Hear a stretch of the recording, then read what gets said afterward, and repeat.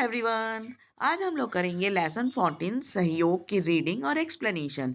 और इस पार्ट के क्वेश्चन आंसर्स आप हमारे दूसरे वीडियो में ज़रूर देखना। चलिए शुरू करें। सहयोग शब्द दो शब्दों के योग से बना है। योग यानी मिलन।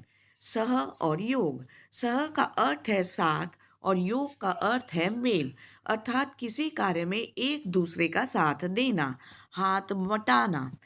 प्रायः ऐसा सुना जाता है कि कोई भी मानव अपने में पूरा नहीं, और यह है भी सच्चाई।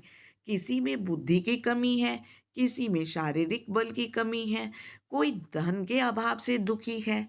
यही नहीं, स्वभाव में भी विविधता दिखाई पड़ती है। विविधता यानी कि अलग अलग, जिसके कारण अनेक कमियां मानव में आ जाती हैं। ऐसी स्थिति में आपसी सहयोग द्वारा हम अपनी कमियों को पूरा कर सकते हैं और उद्देश्य को प्राप्त कर सकते हैं। उद्देश्य यानी कि एम। अंधे और लंगड़े की प्रसिद्ध कहानी सहयोग का अच्छा उदाहरण है। नदी के किनारे एक गांव था। उसमें एक अंधा और एक लंगड़ा रहते थे। वर्षा के दिनों में वहां बाढ़ का पानी आ गया। लोग गांव को छोड़कर भाग गए। अंधा और लंगड़ा क्या करते? दोनों निराश थे।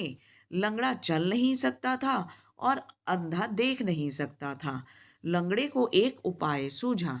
उसने अंधे को कहा, तुम मुझे अपने कंधे पर बिठाओ, मैं तुम्हें रास्ता बताता जाऊंगा, तुम बढ़ते जाना। इस तरह एक दूसरे के सहयोग से हम दोनों सुरक्षित स्थान पर पहुंच जाएंगे। अंधा सहमत हो गया। सहमत यानी मान गया। दोनों आपसी सहयोग द्वारा गांव से बाहर आ गए। उनकी जान बच गई। कई बार अचानक मुसीबत आ घेरती है। अकेला आदमी उसका सामना नहीं कर सकता। सहयोग वह पारस है जिसके स्पर्श से लोहा भी सोना बन जाता है, उसका मूल्य बढ़ जाता है। एक तिनका कितना कमजोर होता है, पर अनेक तिनके परस्पर सहयोग द्वारा मजबूत रस्से का रूप धारण करते हैं, जिससे मदमस्त हाथी भी बांधा जा सकता है। संयोग से संबंधित एक कथा हितोपदेश में आती है। कपोतराज चित्रग्रीव कबूतरों के साथ आकाश में उड़ा जा रहा था। जंगल में बिखरे हुए चावल कणों को देखकर कबूतर नीचे उतर आए और शिकारी के जाल में फंस गए। उन पर मुसीबत आ पड़ी। मौत दिखाई देने लगी। कपोतराज चित्रग्रीव ने उन्हें धैर्य बंधवाया। कपोतराज यानी कि कबूतरों का राजा। उन्हें साहस से इकट्ठा मिलकर उड़ने को कहा। उन्होंने परस्पर सहयोग किया। वे जाल को उड़ा कर ले गए और दूर निकल गए। शिकारी हक्का बक्का रह गया। संयोग एक प्राकृतिक नियम है। यह कोई बाहरी या बनावटी तत्व नहीं है। प्रत्येक पदार्थ और प्रत्येक व्यक्ति का प्रत्येक काम आंतरिक संयोग पर अवलंबित है।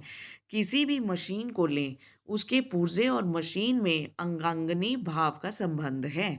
यदि उसका एक पुर्जा भी खराब हो जाए तो वह मशीन चल नहीं सकती। हम अपने शरीर को ही लें। आँख, कान, हाथ, पाँव आदि इसके विभिन्न अंग हैं। शरीर अंगी है। वे परस्पर सहयोग द्वारा शरीर का धारण और पोषण करते हैं। किसी अंग पर चोट आती है तो मन एकदम वहां पहुंच जाता है।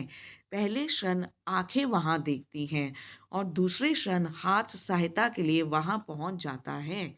इसी तरह समाज और व्यक्ति का संबंध है। समाज शरीर है तो व्यक्ति उसका अंग है। जिस प्रकार शरीर को स्वस्थ रखने के लिए अंग परस्पर सहयोग करते हैं, उसी तरह समाज के विकास के लिए व्यक्ति को आपसी सहयोग अनिवार्य है। शरीर की पूर्णता अंगों के सहयोग से मिलती है। पूर्णता यानी पूरापन। समाज की पूर्णता व्यक्तियों के सहयोग से मिलती है। प्रत्येक व्यक्ति जो जहाँ पर भी है, अपना काम ईमानदारी और लगन से करता रहे तो समाज फलता फूलता है।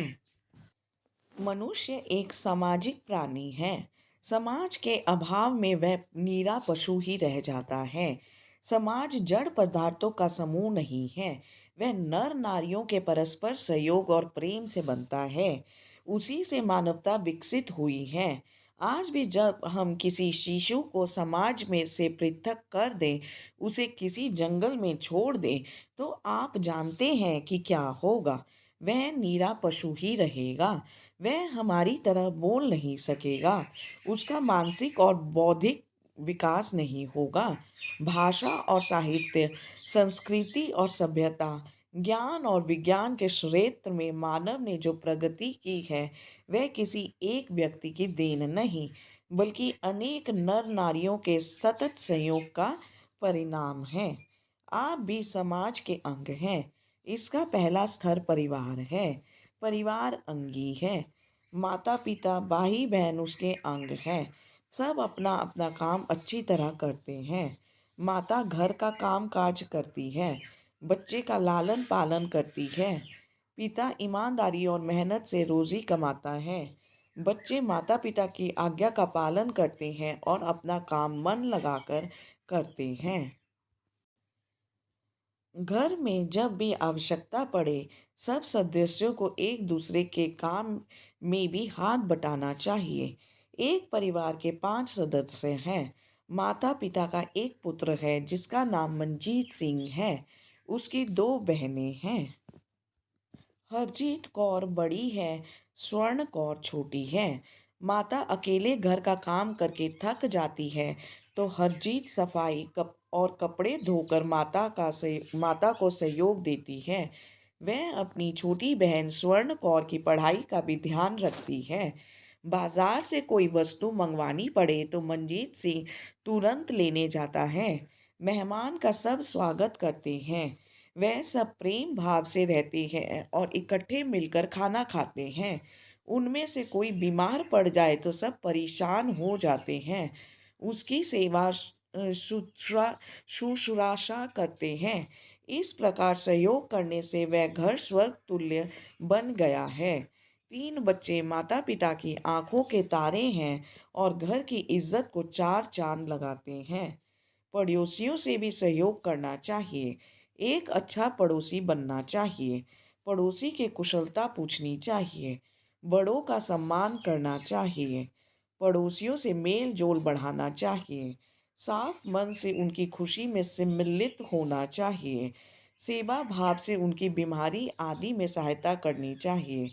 उनकी सुख सुविधाओं का पूरा ध्यान रखें।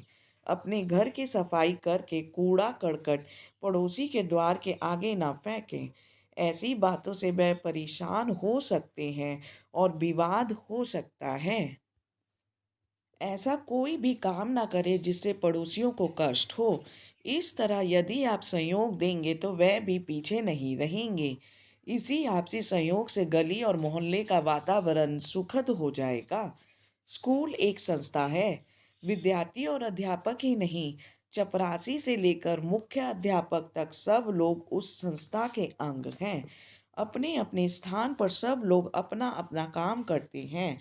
सबके आपसी सहयोग से संस्था दिन दूनी रात चौगुनी उन्नति करता है। यहाँ पर आपको सहयोग के अनेक अवसर प्राप्त होते हैं। समय पर स्कूल में आकर अपनी कक्षाओं में शांतिपूर्वक बैठकर संस्था के नियम का पालन करके उसके अनुशासन में सहयोग दे सकते हैं। रद्दी कागजों को इधर उधर न फेंक कर उन्हें कोनों में रखे हुए टिन में डालकर संस्था की सफाई में सहयोग दे सकते हैं। अपने सहपाठियों से भी सहयोग बढ़ाना चाहिए। मोहन और सोहन सहपाठी थे। एक बार मोहन घर से पेंसिल लाना भूल गया। सोहन के पास 2 पेंसिल थी। मोहन ने सोहन से पेंसिल मांगी। सोहन ने अंगूठा दिखा दिया। मोहन का मुंह उतर गया। अब मोहन भी ऐसे मौके की प्रतीक्षा करने लगा जिससे वह सोहन को नीचा दिखा सके। ऐसी बातों से आपस में घृणा और द्वेष बढ़ता है। इसके विपरीत यदि सोहन मोहन को पेंसिल देकर सहयोग देता तो वह उसे अपना मित्र बना लेता। आपके सभी सहपाठी समान हैं। उनमें कोई बड़ा छोटा नहीं। उनमें कोई भेदभाव नहीं करना चाहिए। सबसे प्यार करना चाहिए। एक स्कूल की 8वीं कक्षा में मदन नामक एक छात्र था। वह निर्धन था। वह पुस्तकें कापियाँ नहीं खरीद सकता था। उसके वस्त्र फटे पुराने थे। वस्त्र यानी कपड़े। उसका सहपाठी महेंद्र जमींदार का पुत्र था। उसके पास धन की कमी न थी। उसने अपने सहपाठी मदन को पुस्तकें, कॉपियाँ और कपड़े देकर सहायता की। धन का सदुपयोग यही है कि उससे दूसरों की सहायता की जाए। यदि आपका एक निर्धन सहपाठी निर्धनता के कारण निराश रहता है, उसका चेहरा खिलता नहीं, तो आपका अपने घर को अपने तक सीमित रखना एक सामाजिक अपराध है। धन की तरह ज्ञान को भी आपने तक अपने तक सीमित नहीं रखना चाहिए। यदि आपकी गति गणित में अच्छी है और आपके एक साथी को सवाल नहीं आता, आपका कर्तव्य बनता है कि आप उसे सवाल समझाएं। इसी तरह यदि कोई बालक हिष्ट पुष्ट है, तो उसका कर्तव्य बनता है कि वह अपने कमजोर सहपाठी की रक्षा करे। हिष्ट पुष्ट यानी कि हेल्दी, ताकतवर। उसे तंग करने की किसी की हिम्मत ना हो। इस तरह आपसी सहयोग से आपकी कक्षा का वातावरण मैत्रीपूर्ण हो जाएगा। खेल के मैदान में तो सहयोग का क्षेत्र विस्तृत हो जाता है। प्रत्येक टीम में सहयोग की भावना अनिवार्य है। मिलजुल कर टीम भावना से खेल में भाग लेने से विजय प्राप्त होती है। विजय के लिए होड़ जरूरी है। विजय के लिए डट कर सहयोग भाव से प्रयत्न भी करना चाहिए। पर मूल बात विजय नहीं, खेल की भावना है। खेलने के लिए खेलना चाहिए। प्रतिद्वंदी टीम भी जीत सकती है। प्रतिद्वंदी यानी कि ऑपोजिट टीम। ऐसे मौके पर आगे आकर प्रसन्न मन से उन्हें बधाई देनी चाहिए। खेल के मैदान में सब खिलाड़ी हैं। जरूरत पड़ने पर अपने प्रतिद्वंदी की भी सहायता करनी चाहिए। यदि कोई प्रतिद्वंदी गिर जाता है तो उसे उठाइए। यदि उसके चोट लग जाए तो उसको प्राथमिक सहायता दें। खेल के मैदान में सच्चे सहयोगी की भावना देखने को मिलती है। यही भावना जीवन के क्षेत्र में विकसित हो जाए तो घृणा और द्वेष का अंत हो जाए। मानव नानव में प्रेम प्यार का प्रसार हो जाए। खेलों के अतिरिक्त बालकों में सहयोग की भावना को विकसित करने के लिए अनेक संस्थाएं स्थापित की गई हैं, जैसे red cross, scout, girl guide, NSS, NCC आदि। बालकों को उनका सदस्य बनना चाहिए। उनके कार्यक्रमों में नियमानुसार भाग लेना चाहिए। इससे एक पंथ दो काज वाली बात होगी। उसका व्यक्तित्व विकास होगा और समाज व देश में उन्नति करेगा। परिवार, पड़ोस, स्कूल के अतिरिक्त आप जिस गांव, कस्बे अथवा नगर में रहते हैं, आप इसके भी अंग हैं। वहाँ हर प्रकार की सुविधाएं प्राप्त होती हैं। वहाँ सड़कें हैं, यातायात की व्यवस्था है। यातायात यानी ट्रांसपोर्टेशन। रोगियों के लिए अस्पताल है, स्कूल, डाक खाना आदि है। एक नागरिक के नाते आपका ये कर्तव्य बनता है कि आप उनका दुरुपयोग ना करें। सड़कों पर इधर उधर कूड़ा करकट ना फेंकें। एक तरफ रखे हुए कूड़े दानों में डालें। यदि सड़कों पर प्रकाश देने वाला लैंप खराब हो, सफाई कर्मचारियां गलियों में सफाई ना करता हो, तो आप पंचायत अथवा नगर पालिका के अधिकारी को उस ओर ध्यान उत्कृष्ट करें। तोड़ फोड़ की कार्यवाही में भाग नहीं लेना चाहिए। सार्वजनिक संपत्ति सबकी अपनी है। वह सबके हित के लिए है। उसकी हानि आप सब की हानि है। राष्ट्र की हानि है। सार्वजनिक संपत्ति यानी कि पब्लिक का जो संपत्ति होता है, पब्लिक प्रॉपर्टी। आप सबको सार्वजनिक संपत्ति की सुरक्षा करनी चाहिए। इस तरह सहयोग से मानव अच्छा नागरिक बनता है। वह अपनी ही हित नहीं सोचता, वह दूसरों का हित चिंतन करता है और दूसरों के हित के लिए बराबर प्रयत्न करता है। वह नगर और देश की नहीं, विशाल हित की बात सोचता है। मानव जीवन मात्र का हित ही उसका लक्ष्य हो जाता है। यही मानवता है। यही मनुष्य के जीवन का लक्ष्य है। इसका आधार सहयोग की भावना है, जो घर, पड़ोस, स्कूल, खेल के मैदान और गांव से क्रमश विकसित होती है और मानव प्रेम का रूप धारण कर लेती है।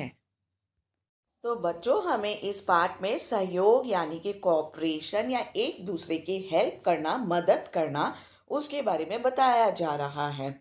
और सहयोग दो शब्दों से बनता है, सह और योग। सह का अर्थ है साथ देना और योग का अर्थ है मेल करना। तो हम जो मानव होते हैं, ये नेचर की तरफ से है, प्रकृति की तरफ से है कि कोई भी पूरा नहीं होता। किसी में बुद्धि की कमी होती है, तो किसी में शारीरिक बल की कमी, तो किसी के पास धन की कमी होती है। और यह हमारे स्वभाव में भी दिखता है। सबका स्वभाव भी अलग अलग होता है।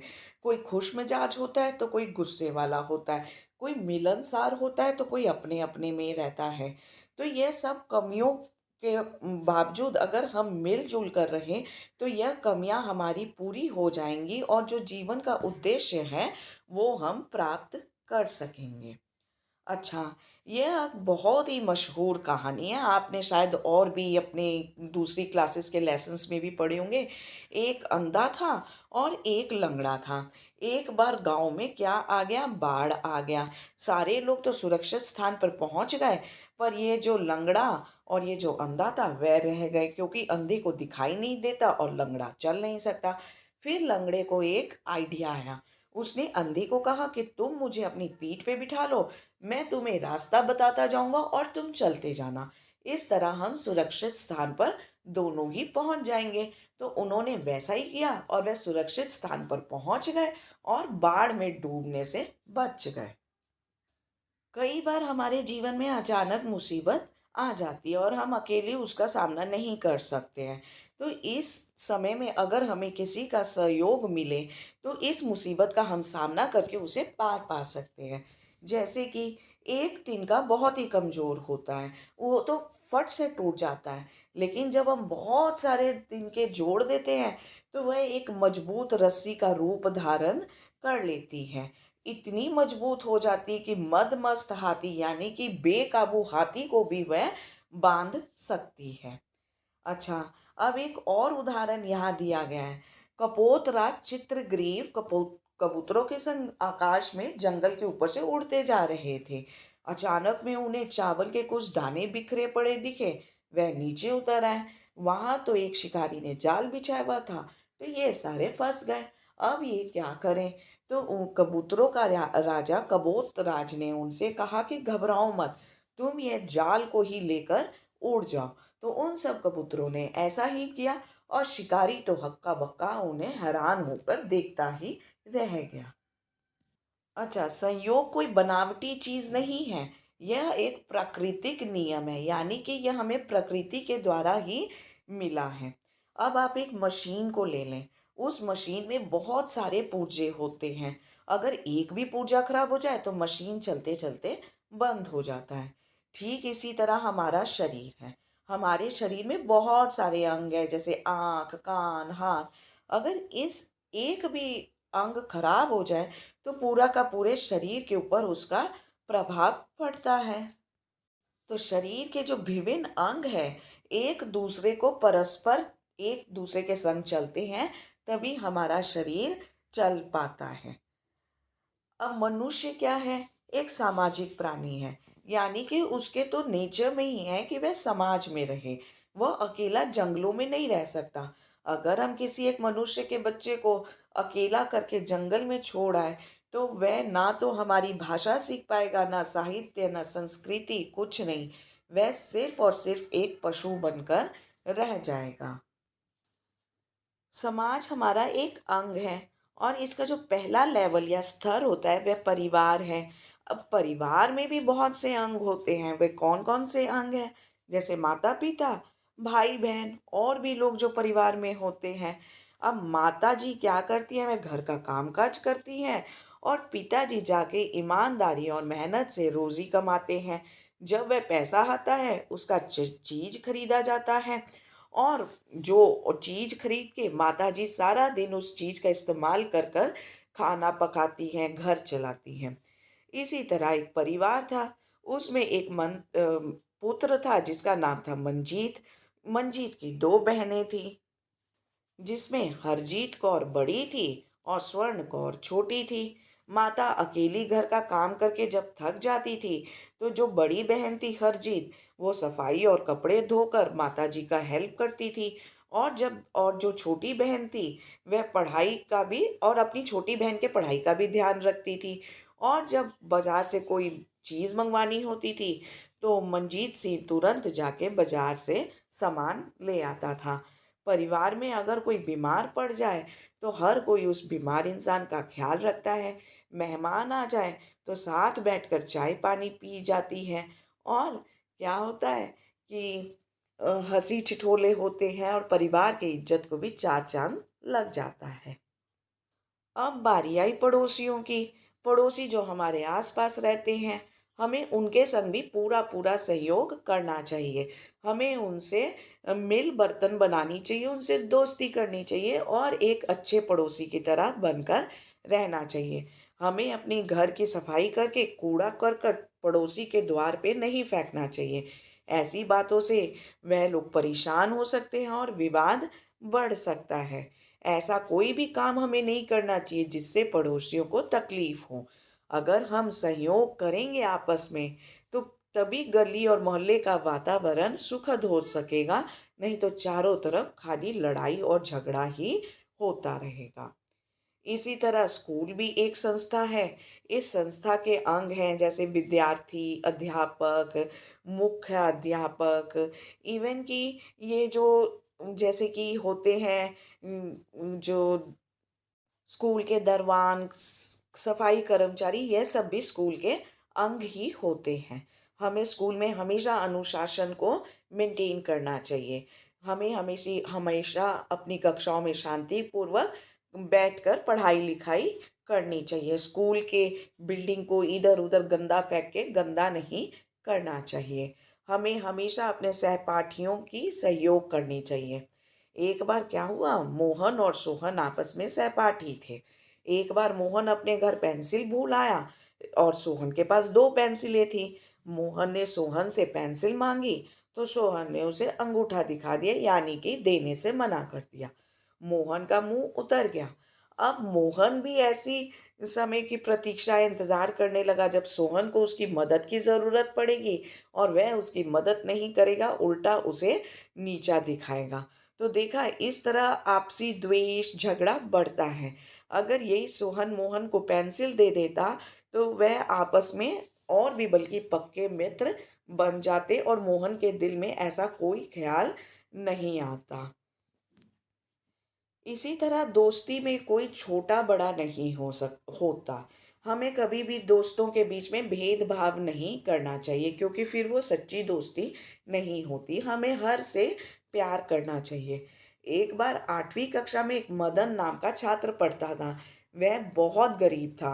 वह पुस्तकें, कॉपियाँ और अच्छे वस्त्र खरीद नहीं पाता था। पर उसका जो दोस्त था, महेंद्र, जमींदार का पुत्र था, यानी कि उसके पास बहुत पैसे थे।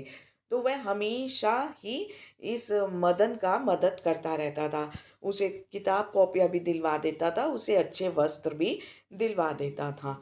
तो यही कहा गया कि हमारे पास धन दौलत है तो उसे हमें घर तक नहीं सीमित रखना चाहिए, बल्कि उस धन दौलत की मदद से हमें ज़रूरतमंदों की मदद करनी चाहिए। इसी तरह अगर कोई बच्चा पढ़ाई में कमज़ोर है या जैसे मैथ्स में कमज़ोर है, तो हमें उसे सम्स बता के, समझा के हेल्प करनी चाहिए। इसी तरह अगर कोई बच्चा बहुत ज़्यादा बलवान है, हिष्ट पुष्ट है, हेल्दी है, और अगर कोई दूसरा बच्चा शारीरिक तौर पे कमज़ोर है, तो इस बच्चे को उस बच्चे का ख्याल रखना चाहिए, ताकि उसे कोई तंग ना कर सके। यही सब चीज़, सहयोग का चीज़ खेल के मैदान में भी अप्लाई होता है। हमें खेल खेलना चाहिए और जीत की भी सोच रखनी चाहिए। लेकिन सबसे पहली सोच होनी चाहिए कि हम खेल रहे हैं। उस बीच अगर हमारा जो ओपोनेंट टीम या प्रतिद्वंदी है, वह गिर जाता है या उसे चोट लग जाती है, तो हमें उसे हेल्प करनी चाहिए। ना कि हमें इसे इस तरह के अपॉर्चुनिटी के तौर पे देखना चाहिए, अरे ये तो गिर गया, इसको तो चोट लग गई, अब ये क्या खेलेगा, अब तो हम जीत जाएँगे। तो ये सब कुछ हमारे जीवन के हर क्षेत्र में ये जो सहयोग होता है, काम आता है। चाहे वो स्कूल हो, गाँव हो, शहर हो, आस-पड़ोस हो या खुद घर के अंदर हो। हमें देश के विकास में भी सहयोगी बनना चाहिए। हम अच्छे नागरिक होने के नाते हमें देश की चीज़ों की तोड़-फोड़ नहीं करनी चाहिए। इधर-उधर कूड़ा-करकट नहीं फैलाना चाहिए। अगर कोई सफाई कर्मचारी ठीक से सफाई नहीं कर रहा, तो हमें उस चीज़ की कंप्लेंट करनी चाहिए। हमें कभी भी नफ़रत या घृणा नहीं फैलाना चाहिए। अगर सड़कों पर जलने वाले लैंप खराब हो तो वो भी हमें नगर पालिका में जाकर अधिकारी को उसकी शिकायत देनी चाहिए। तो यह सहयोग, कोऑपरेशन या अच्छे कर्म हमें करने चाहिए ताकि हमारा परिवार, समाज और हमारा देश आगे ही आगे बढ़े। तो बच्चों ये था हमारा लेसन 14 सहयोग। इस लेसन के क्वेश्चन आंसर के लिए आप हमारा दूसरा वीडियो ज़रूर देखिएगा। Thank you very much everyone.